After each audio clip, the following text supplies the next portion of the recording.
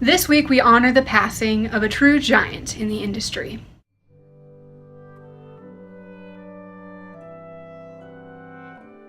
Hello, super friends. If you're like me, you're mourning the passing of one of my heroes, Stan Lee. Stan Lee was perhaps the most famous writer in the field of superhero fiction since its canonization and creation in the early 1900s. He was responsible for characters like the Fantastic Four, Iron Man, Spider-Man, the Howling Commandos, and so many more.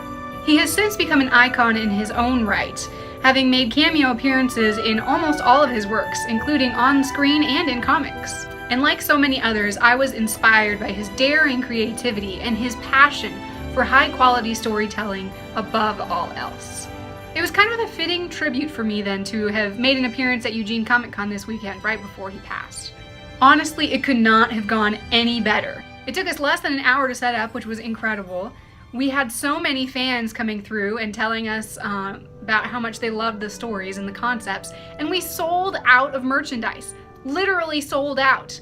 We actually had to shut down the booth hours before closing and just leave the candy out there for people to take like it was Halloween night. And on day 2, people were coming up to the booth having already purchased the book just to tell me that they were already halfway through and were enjoying every page. I was blown away.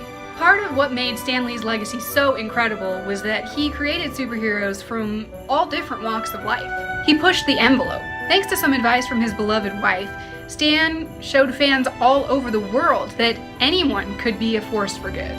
In fact, you didn't even have to be a likable person to be great. The idea behind Tony Stark was to create a character that was so entirely unpalatable on paper, but yet through the devices of great storytelling, the readers would fall in love with him anyway. More than that, Stan Lee worked to represent people who still hadn't found a voice yet in this industry. The Fantastic Four featured a female superhero who was more than just a love interest. The Howling Commandos broke boundaries as being one of the most diverse casts in media at the time. Stan told the world himself that he created the X-Men to show kids that even though they were different, they were still able to do incredible things. That they were loved, valued, and that their weirdness could even be recaptured as strength. Superheroes today might have turned out entirely different had Stan Lee not stayed on at Marvel Comics all those years ago. Of course, Stan Lee was a great man, but he no doubt had his flaws. For example, though his charisma enabled him to get the recognition that he rightly deserved, sometimes he failed to acknowledge the work of his teammates, like co-creator Jack Kirby. But like his characters, his flaws only humanize him as a hero.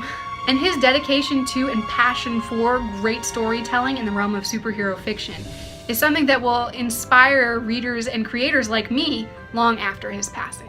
I didn't get a chance to sneak away from my booth long enough to get Simone Missick's autograph, but I was able to go and listen to a panel she was speaking on about writing and diversity in superhero fiction, and it was so worth it. And I think that the best way that I can honor Stan Lee's memory is by dedicating myself to quality writing for voices that are still too often left behind, and working to create my own mark on the world of superhero fiction. So thank you, Stan. And thank you to all the other creators out there who are working to add their voices to this amazing, fantastic, incredible world. Never stop keeping the dream alive. Excelsior!